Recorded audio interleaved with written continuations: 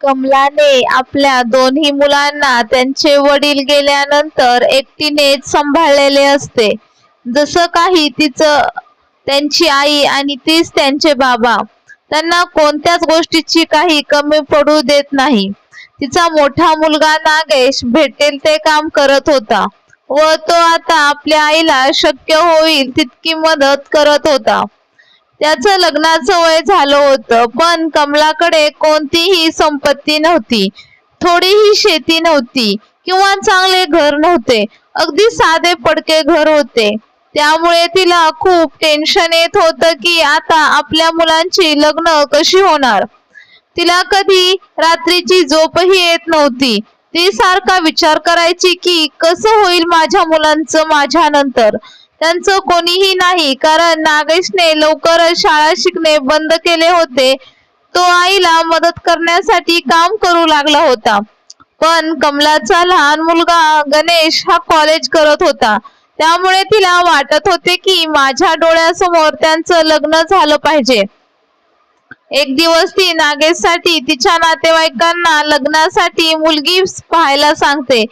पण ते बोलतात की अगं त्याचं शिक्षण ही कमी आहे आणि तुझ्याकडे काहीच नाही, तर कोण का देईल अशा घरात मुलगी.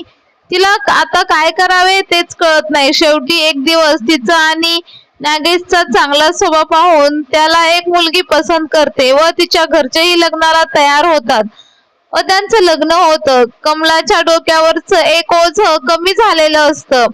तिची सून ही खूप मनमिळावू असते. घरात असेल तसं सगळं सांभाळून घेत असते. कधीही कोणती तक्रार करत नाही. कमलाला वाटते की गणेशचं काय, तो शिकून चांगली नोकरी करेल आणि त्याचा संसार सुखाचा करेल. पण गणेशला बाहेरच्या मुलांमध्ये राहून दारूचे व्यसन लागते. जेव्हा तिला ही गोष्ट समजते तेव्हा तिला खूप वाईट वाटतं. तिला वाटतं आपण आयुष्यभर जे कष्ट केले त्याचा काहीच उपयोग झाला नाही. तिला त्याला समजवायचा खूप प्रयत्न करते पण तो दारूच्या खूपच आहारी गेलेला असतो.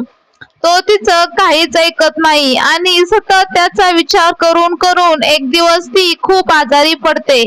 तिच्या डोक्यात सतत हाच विचार असायचा की माझ्या गणेशचं कसं होईल, आणि एक दिवस ती मरण पावते. गणेश आणि नागेश आता पोरके झाले होते. नागेश आणखीन जास्त दारू पिण्यास सुरुवात करतो. नोकरी तर खूप लांब राहिली, तो गावात कुठेही दारू पिऊन पडत असे. त्यामुळे कोण नातेवाईकही त्याला जवळ करत नव्हते. एक दिवस तो खूप आजारी पडतो म्हणून त्याला दवाखान्यात घेऊन जातात, पण डॉक्टर जे सांगतात ते ऐकून त्याच्या पायाखालची जमीनच सरकते. त्याला विश्वास बसत नाही की हे आपल्या सोबत काय झालं. डॉक्टर सांगतात की दारूने लिव्हर खराब झालाय, आता त्यांच्याकडे खूप कमी दिवस आहेत. हे ऐकून त्याला खूप वाईट वाटतं व आईची खूप आठवण येते. आई इतकं सांगत होती पण त्याने काहीही ऐकलेले नसते. जर त्याने आईचं ऐकलं असतं तर आज आई ही असती आणि तोही सुखाने जगत असता. पण आता वेळ निघून गेली होती. त्याच्याकडे ना आता आयुष्य उरलं होतं, ना डोळे पुसून समजून घेणारी आई. त्याच्या डोळ्यापुढे फक्त काळोख होता. त्यामुळे वेळेतच सुधारा व वेळ निघून गेल्यावर पश्चाताप करून त्याचा काहीही उपयोग नाही.